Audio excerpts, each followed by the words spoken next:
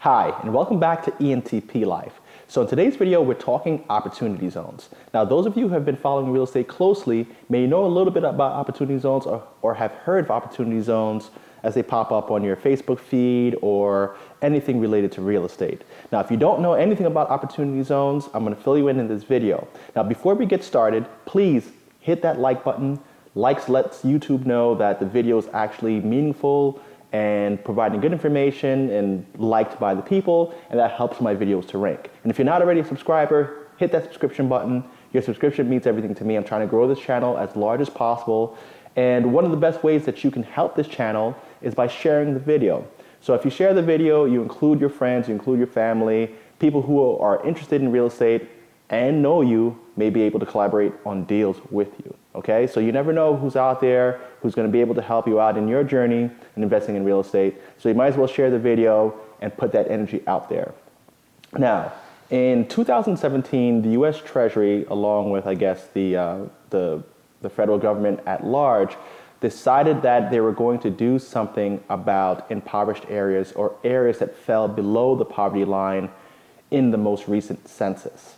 Okay, so what they decided to do was create a huge tax incentive that would more or less get the interest of bigger money to invest in what would be these opportunity zones. So once they wrote the initial overview of the program, they went to state and local governments and said, hey, designate areas that fall within this poverty line and demark them as opportunity zones. And what we're going to do is incentivize investment into real property or real estate or businesses that are located within the opportunity zone. Now, to go over what incentives they're providing, the incentives are really significant. And the way that I got even interested in opportunity zones was I was watching a YouTube video on MG the Mortgage Guy's page. Now, he was saying something at a conference about opportunity zones and opportunity zones being located in more or less what we would consider the hood, right? So he said, you know what, you guys who are interested in real estate in this audience should know about opportunity zones because chances are they're near you or they're in the neighborhood that you're living in. So if there's this tax incentive and there's these changes happening around opportunity zones, you need to learn more about that. And that was the first time that I ever even heard of opportunity zones. And I'm pretty active in the real estate space. And I was like, okay, well, if I haven't heard about this, let me Google it and find out what it's all about. So when I started to do my Google search, that's where I learned the background as to how opportunity zones came to be. But I learned what are the tax incentives of opportunity zones. Okay, so the major incentives are tax exemptions and tax deferments.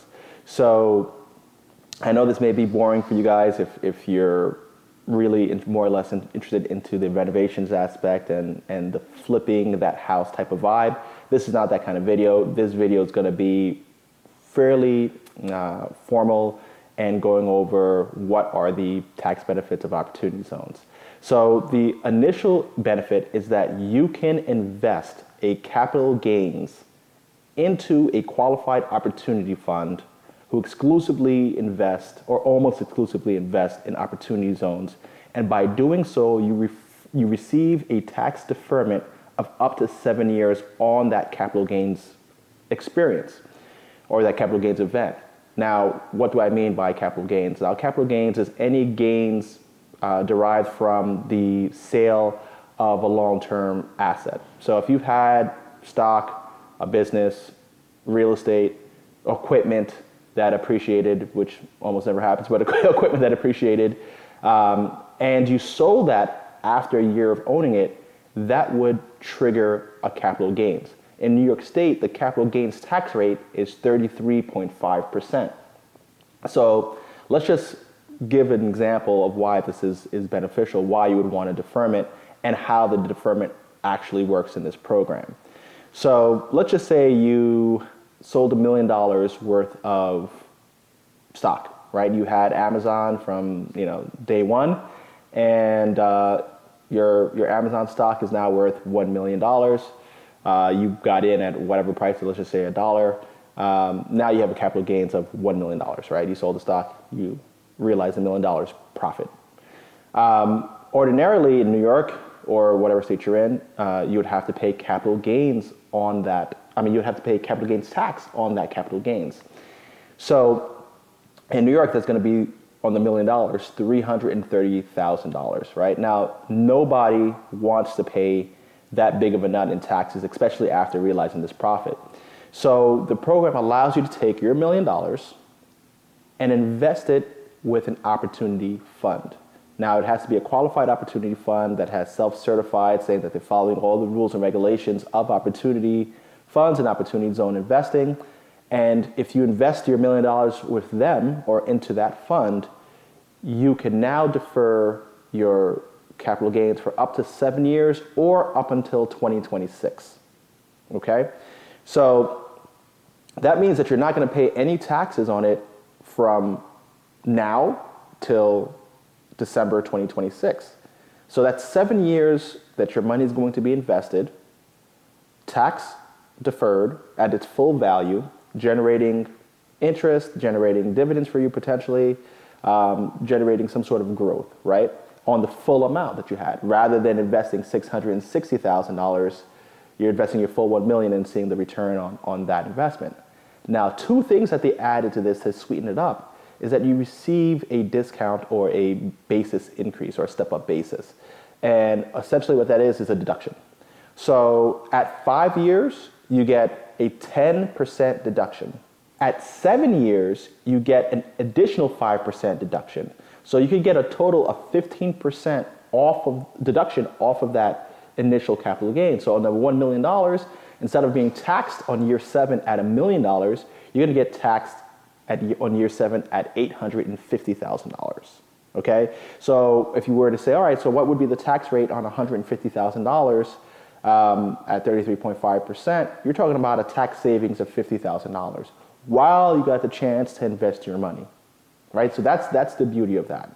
Now, the second big piece of this program is that if that investment stays invested for 10 years or more, when that asset is liquidated, whenever the fund decides to get you out of the deal by buying back your shares or completely liquidating the fund and returning the profits to the investors, the money that you generated from that capital gains event, the sale of those assets, are now tax exempt, 0 tax rate, which is freaking incredible. So once I saw that, I said, wow, this is really dope. And it sounds a lot similar to 1031 exchanges, where that you can roll over your capital gains from a real estate transaction into another like real estate transaction to defer your taxes. But at the end, there's no exemption. You just keep deferring, and reinvesting, which is good from a cash flow perspective because that real estate should be spitting off cash for you. So it's bigger deals, more money. But at the end, whenever you liquidate, you're going to have to pay your capital gains rate. If somebody had a 1031 exchange or had been deferring through 1031 for years and years and years, they can now shift their money directly into a qualified opportunity fund, and from there realize the capital gains after 10 years, and poof, they don't have a tax liability anymore, which is incredible. So those of you guys who've been rolling over in 1031s and who are active in real estate on that level, you really want to consider putting that money into a qualified opportunity fund or forming your own qualified opportunity fund so you still have control of your investment and continue to do your real estate investment exactly as you were. Just remember, you're going to have to be investing that money, at least 90% of that money, into opportunity zones.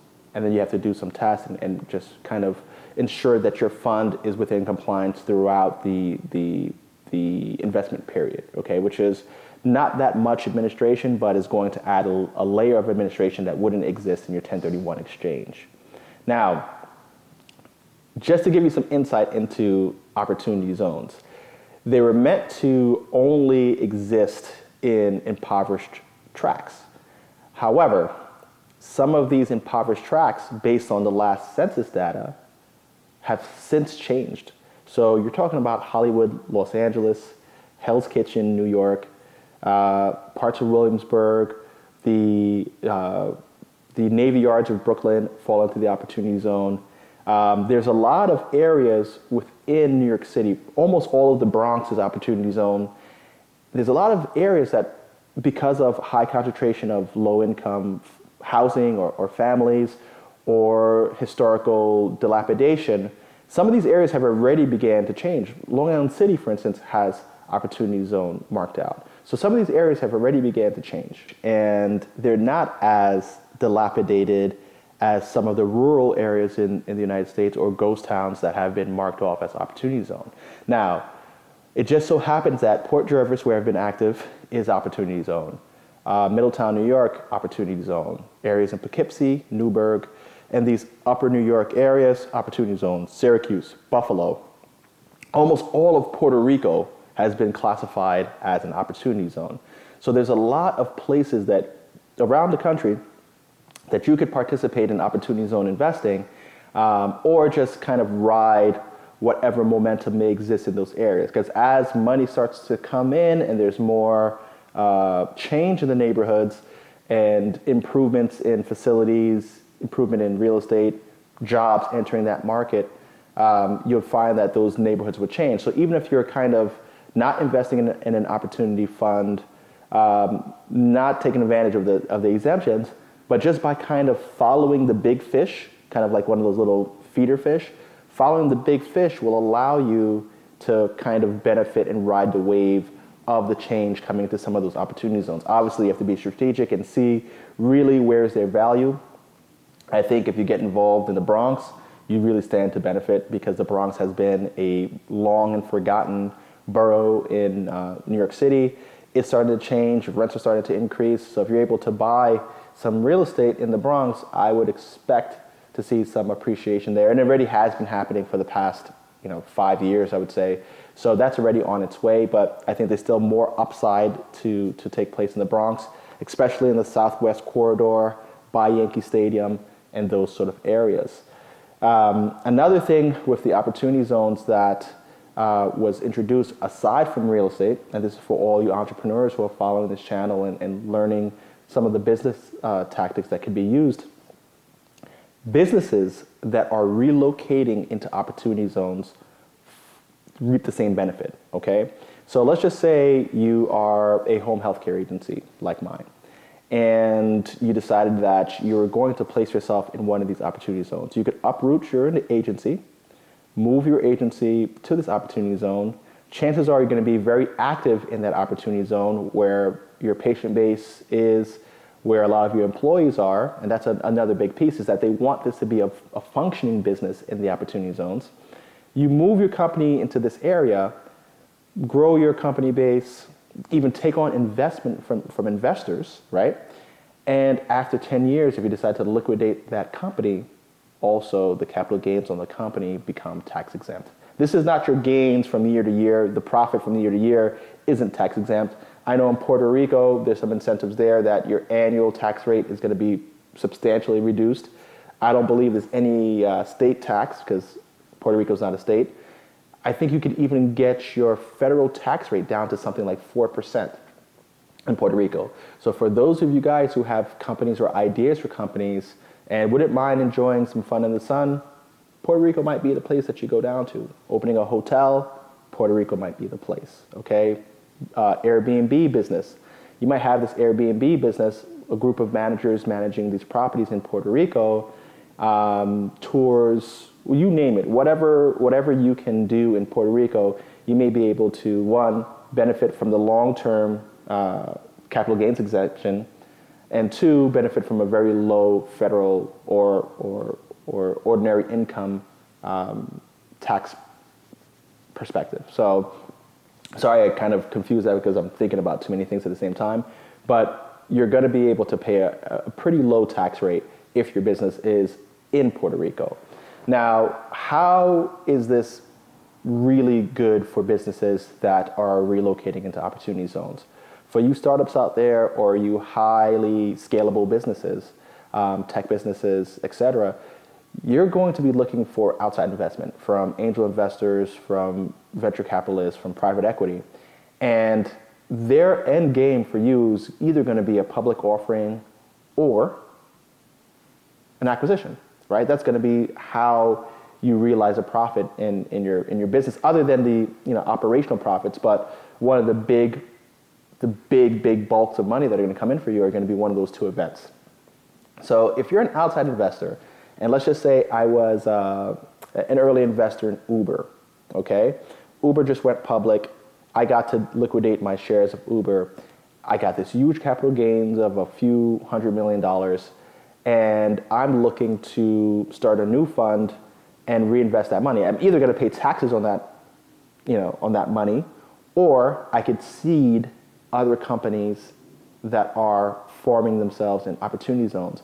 Now, if all of those companies were to be as successful as Uber and have major events that they were able to exit, and they did it after 10 years, that company would have deferred their capital gains expense or capital gains tax event for 7 years, and at year number 10, if they got the next exit, that next exit would be exempt as well. So it follows the same rules of liquidation and tax exemption as when you're exiting the qualified opportunity fund, or that qualified opportunity fund is disposing of its assets.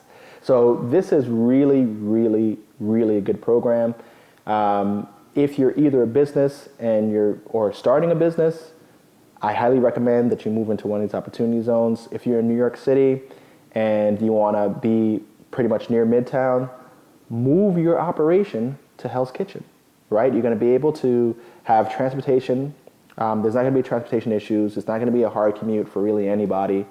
The neighborhood is nice. There's a lot of facilities in the area, fairly low crime rate. So Hell's Kitchen is definitely a place that you might want to plot your business. A lot of Upper Manhattan, East Harlem, Central Harlem, West Harlem, Washington Heights, opportunity zones. Now, these neighborhoods have long changed. Good restaurants, good bars, very culturally diverse. You might want to place your business there. So, if you're opening up a chain of fast food restaurants, for instance, one of my buddies says that he might be opening up a chain of chicken wing places. You might want to put those into a bunch of opportunity zones, right? Scale it up to 100 locations, all in opportunity zones over the next 10 years. And then when you decide to sell that puppy, tax exempt. So these are the ways that you could use the opportunity zone to your advantage. Now, if you guys have any questions about opportunity zones, please leave them in the comment section below. I'm not an attorney. I'm not a tax accountant. I'm not an accountant or CPA. I guess I'm not really at privy to give much tax or law advice or legal advice. That's not my area forte. I'm only sharing with you what I know and what I understand. But I can answer some questions in the comment section below. Just verify that with your tax professional or your legal professional so that you're not doing the wrong thing and saying, hey, Carl at ANTP Life told me to do it this way. But I'm just sharing what I do know. So any questions or comments, leave them in the comment section below. If you guys are already investing in opportunity zones and know something that I didn't mention, also leave that in the comment section below. And once again, if you made it to the end of this video, you found it to be valuable to yourself. So please hit that like button. Don't forget to subscribe, turn on that notification bell, and I'll see you in the next one. Thank you for joining me at ENTP Life.